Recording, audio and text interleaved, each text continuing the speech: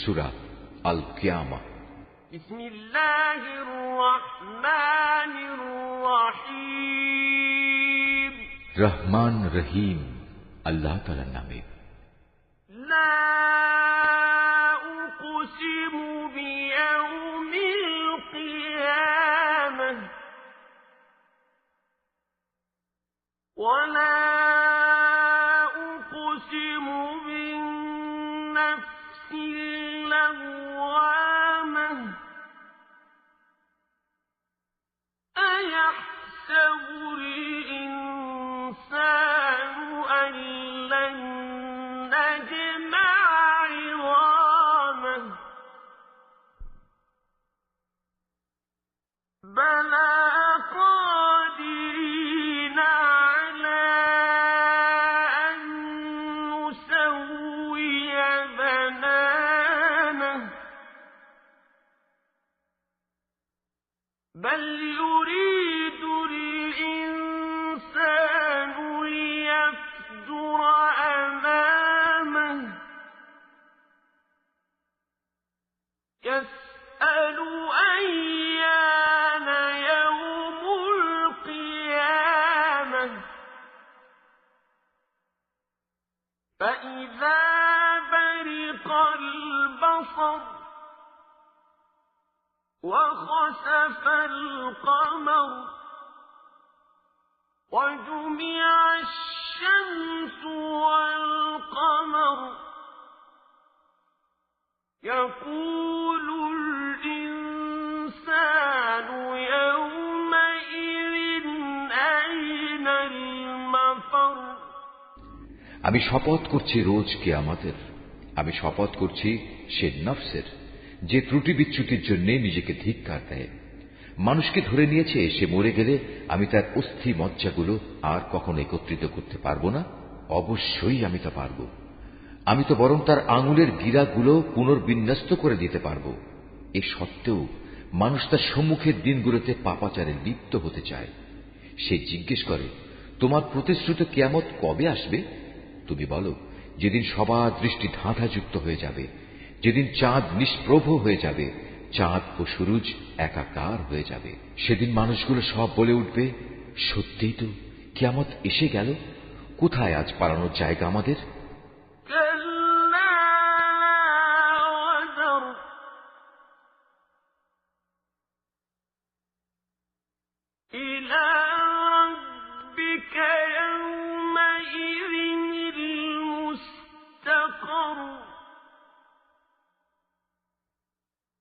ينبأ الإنسان يومئذ بما قدم وأخر بل الإنسان على نفسه بصيرة ولو ألقى معاذيره لا تحرك به لسانك لتعجل به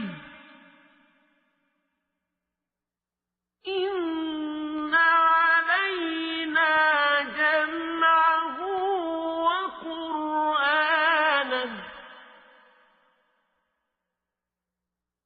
فإذا قرأناه فاتبع قرآنه ثم إن علينا بيانه كلا بل تحبون العاجلة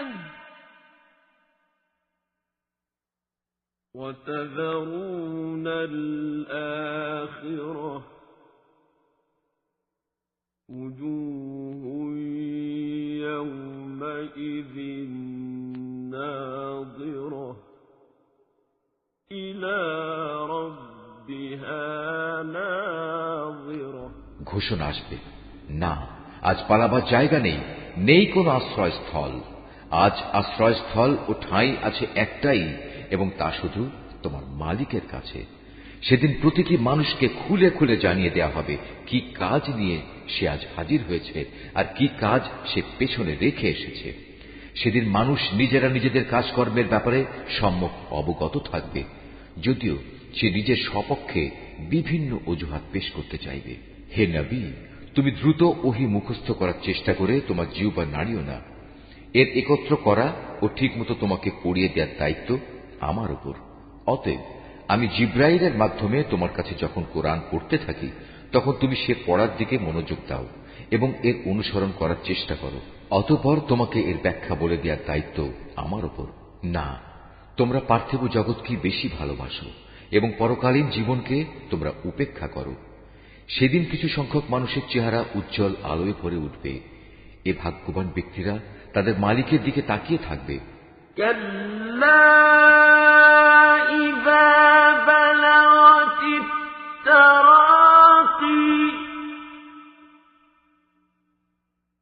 وقيل من راق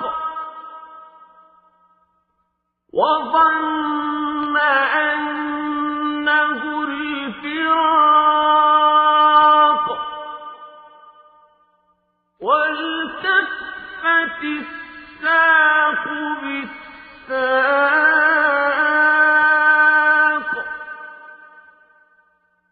إلى ربك يومئذ المساق فلا صدق ولا صلى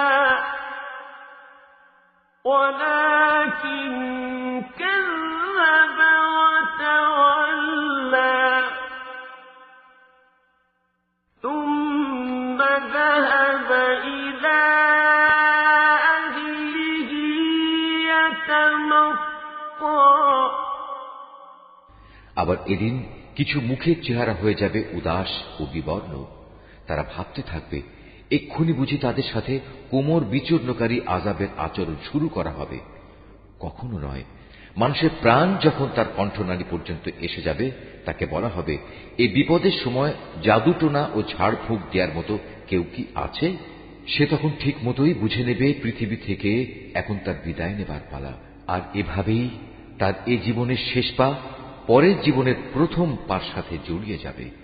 আর সেই দিনটিই হবে তোমার মালিকের দিকে তার অনন্ত যাত্রার প্রথম সময়। আসলে এই জাহান্নামী ব্যক্তিটি সত্য স্বীকার করেনি এবং সত্যের দাবি মোতাবেক সে নামাজ প্রতিষ্ঠা করেনি, বরং তার বদলে সে সত্যকে মিথ্যা প্রতিপন্ন করেছে এবং সত্য থেকে সে মুখ ফিরিয়ে নিয়েছে। সে অত্যন্ত দম্ভ ও অহমিকা ভরে নিজের পরিবার পরিজনের কাছে চলে যেত। أولى لك فأولى ثم أولى لك فأولى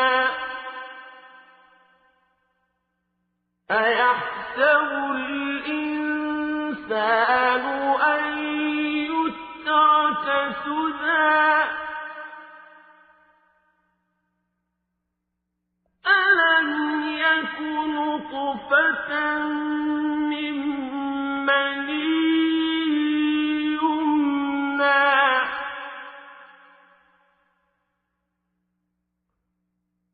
ثم كان علقة فخلق فسوى فجعل منه الزوجين الذكر والأنثى أليس ذلك بقادر على أن يحيي الموتى আল্লাহ তাআলা বলবেন, হ্যাঁ, এ পরিণাম ঠিক তোমাকেই মানায় এবং এটা তোমারই প্রাপ্য। হ্যাঁ, এ আচরণ তোমারই সাজে, এটা তোমার জন্যই মানায়। মানুষকে ধরে নিয়েছে যে তাকে এমনি লাগামহীন অবস্থায় ছেড়ে দিয়ে রাখা হবে। সে কি এক সময় এক ফোঁটা স্খলিত শুক্র বিন্দুর অংশ ছিল না? তারপর এক পর্যায়ে তা হল রক্তবিন্দু। অতঃপর আল্লাহ তাআলা তাকে দেহ সৃষ্টি করে সুবিন্যস্ত করলেন। এরপর আল্লাহ তাআলা সে অবস্থা থেকে নারী পুরুষের জোড়া পয়দা করেছেন। এরপরেও তোমরা কি মনে করো আল্লাহ তাআলা মৃতদের পুনরুজ্জীবিত করতে সক্ষম হবেন না?